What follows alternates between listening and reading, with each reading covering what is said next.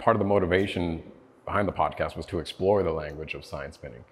And in those terms, after exploring the work of Sol LeWitt a little deeper than just the surface that I was exposed to initially, in developing the instructions and the definitions for these tricks, I couldn't help but like draw a parallel between, well, I guess to phrase it easier, like in some ways I almost see Justin as the Sol LeWitt of sign spinning for providing the instructions and the definitions for executing some of these tricks. In much the same way Sol provided instructions for the wall drawings. Yeah. And it's also interesting that it rhymes, because if I'm not mistaken, the wall drawings had an expiration date, and so they weren't permanent.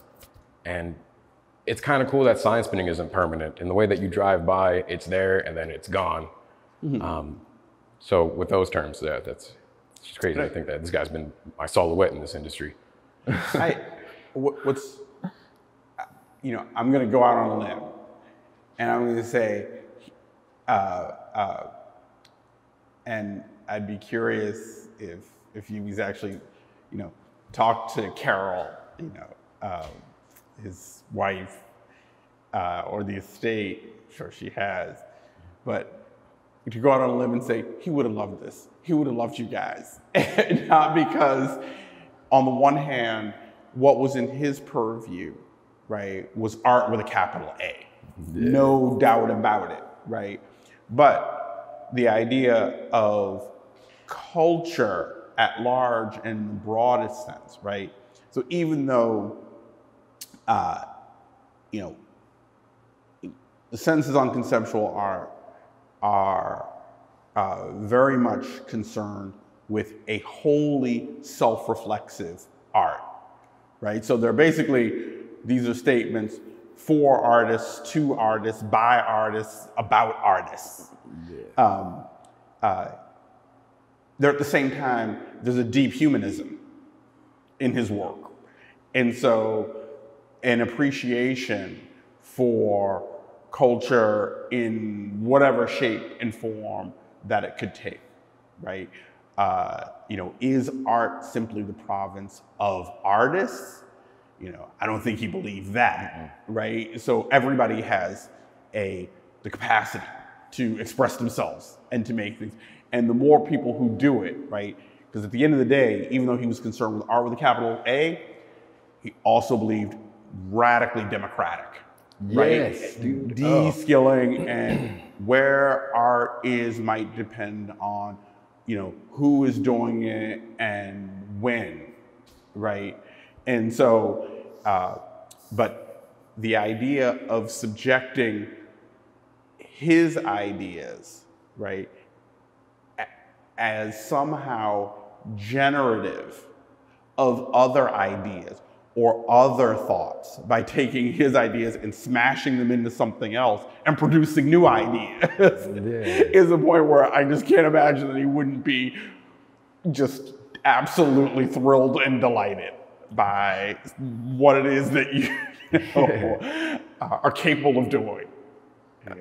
Yeah, a work of art may be understood as a conductor from the artist's mind to the viewers, right? Like. Oh yeah. Oh, by any so the idea of even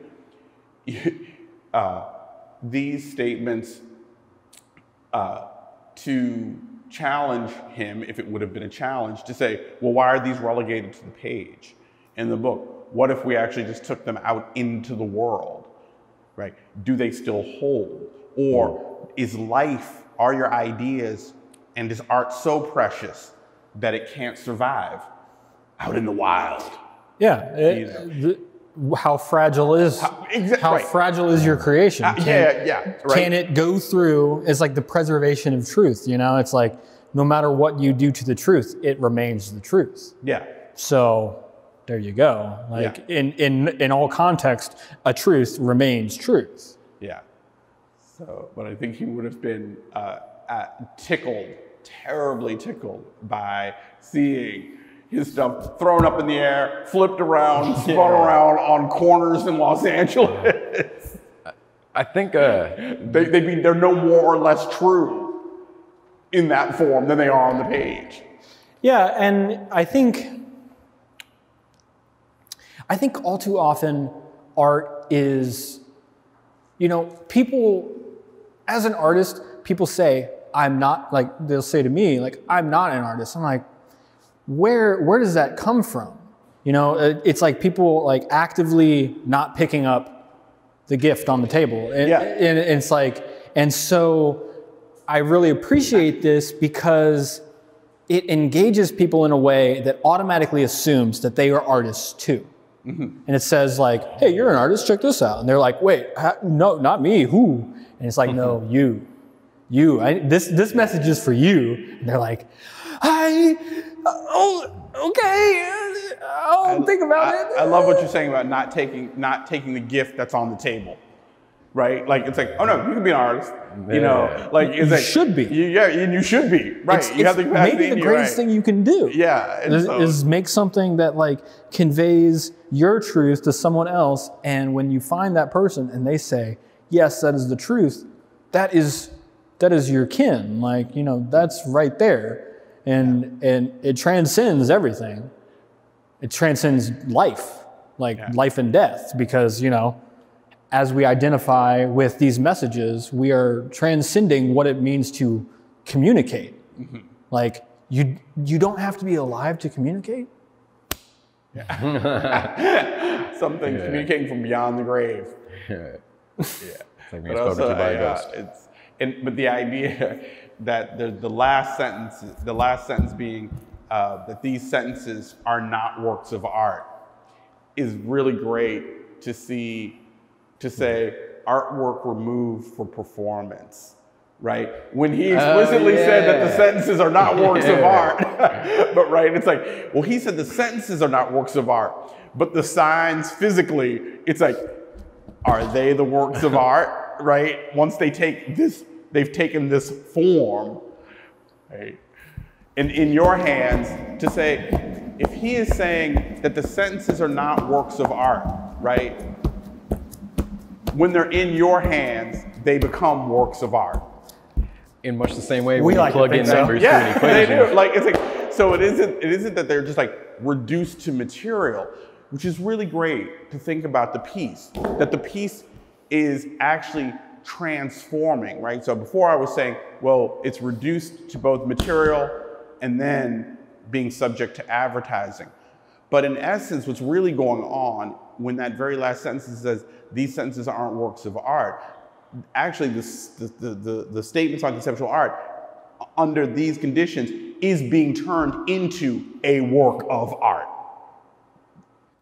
Taking them off the page in one, turning them into signs, right?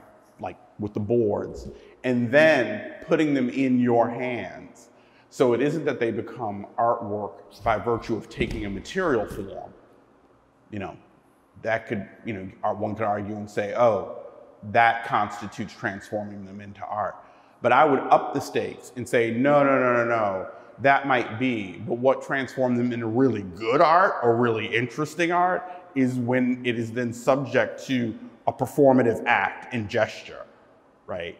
Yeah, and one of the things that I've always found fascinating about sign spinners are the facial expressions, because there's a lot of middle ground. There's a lot like kind of neutral, especially like newer sign spinners when they're like really mentally focused and they got, you know, they're like thinking about it. But there is either like this fully committed athletic fierceness, right, where it's just like, yeah, and then which I prefer the second, which is just like this aloof joyfulness. Oh yeah. Where it's just kind of like I'm having a good time and I don't really care how this goes. And you're like, oh yeah, how can you say you don't care when you just did that? Right. You have to care a little, right? It's like, no, I don't.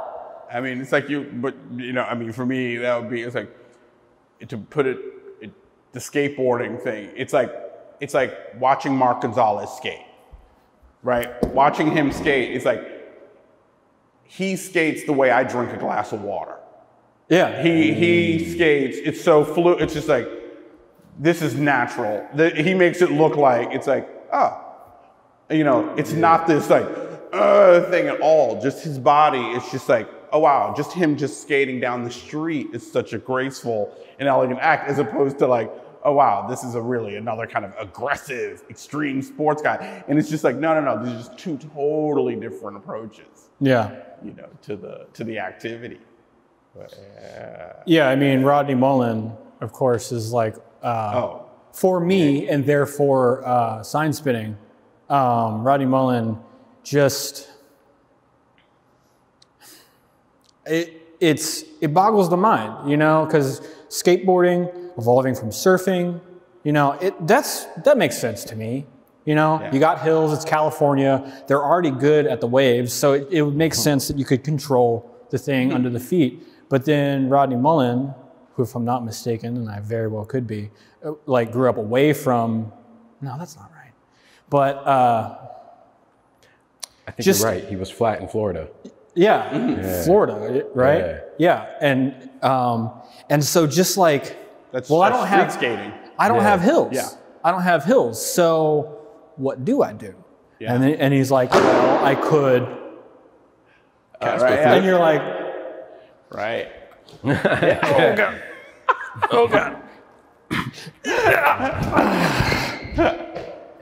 And it becomes this like, it's great. When you have more power than you know what to do with, you play with it. Yeah. And there is this realization that we are all much more powerful than anyone wants to give us credit for. And when you ignore that, you're able to explore your own creativity and your own power. And we do it through sign spinning and art. Right. But it is this, it's this feeling that like, you know, because we're operating under the rules of physics. That's really it. It's local sign code and physics. Yeah. Those are our problems. But I like the gesture that you were doing to illustrate what Rodney Mullen was doing, because it wasn't it had a slapstick element to it, right? So when you were saying, it's like, well, there's the aggressive sports kind of a thing that could go on, or, you know, you could just be like, oh, I'm just having a good time. But what I like about that, there can also be an absurdist dimension where you are a prisoner of physics. It's like, you know, this is not working out, but that's okay. I'll tell you, like, out of 273 tricks, and I don't think, I can't claim credit for this, but seriously, one of my all-time favorites is the rowboat.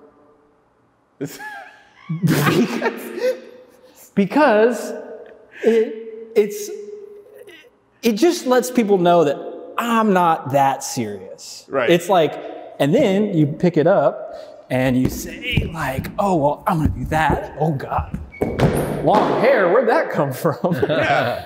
It's been a while. How do you spin with long hair? How does that work? Yeah, I also find less hair is better. Oh, there it is. Man. And so then they're like, well, I don't know which to believe. Are you serious or not? It's like, oh, definitely not. Yeah.